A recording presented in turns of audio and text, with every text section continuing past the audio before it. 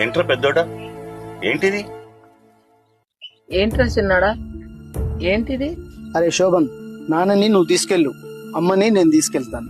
ఏం పని చేయని మామయ్య గారిని మాకిచ్చి అన్ని పనులు చేసే అత్తయ్య గారిని మీరు తీసుకెళ్తారా?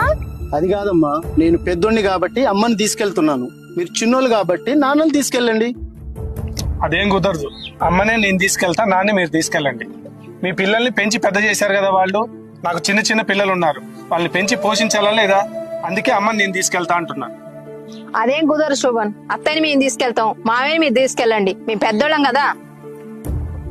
ఏంట్రా శోభన్? ఇదంతా కాదన్నయ్య. ఫస్ట్ 15 రోజులు అమ్మ మా ఇంట్లో ఉంటది, అప్పుడు నాన్న నీ దగ్గర ఉంటాడు. 15 రోజుల తర్వాత అమ్మని నీ దగ్గర పంపిస్తాను, మళ్ళీ నాన్న నా దగ్గరకు వస్తాడు. ఓకేనా? అదేం కుదరదురా శోభను, పెద్దోడిని నేను చెప్తున్నా. ఏమిట్రా ఇది? వృద్ధాప్యంలో ఒకరికొకరు తోడుగా ఉండాల్సిన మమ్మల్ని ఇలా విడదీయడం సరి అయిన పద్ధతేనా? న్యాయమే అనిపిస్తుందా మీకు? ఏంటిది? ఎరా శోభ, పెద్దోడా, మనిషి అనుకుంటున్నారా మరా మిషన్ అనుకుంటున్నారా? మీరు మనిషిలా చూడండి రా. పెద్దోడా చిన్నోడా, గుర్తుందా?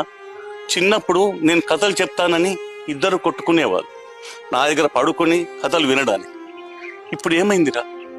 కాలేజీకి వెళ్ళే టైంలో కూడా నేను డాడీ పార్టీ అంటే నేను డాడీ పార్టీ అని కొట్టుకునేవారు. ఇప్పుడు ఏమైపోయిందిరా మీ ప్రేమంతా? నా కోసం అప్పుడు కొట్టుకున్నారు, ఇప్పుడు కొట్టుకుంటున్నారు.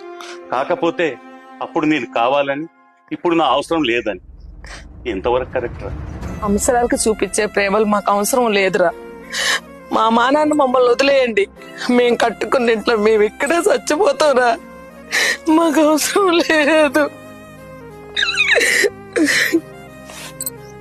తల్లిదండ్రులపైన ప్రేమ మన అవసరాలకు అనుగుణంగా ఉండకూడదు, వాళ్ళ ఇష్టాలకు అనుగుణంగా ఉండాలి. వాళ్ళు కూడా పిల్లలు కడుపులో ఉన్నప్పుడు మోయలేక వద్దు అనుకుంటే ఈరోజు మనం ఉండం కదా. దయచేసి పెద్దవాళ్ళని గౌరవించండి, వాళ్ళ సంతోషమే మన బంగారు భవిష్యత్తు అని గుర్తుంచుకోండి.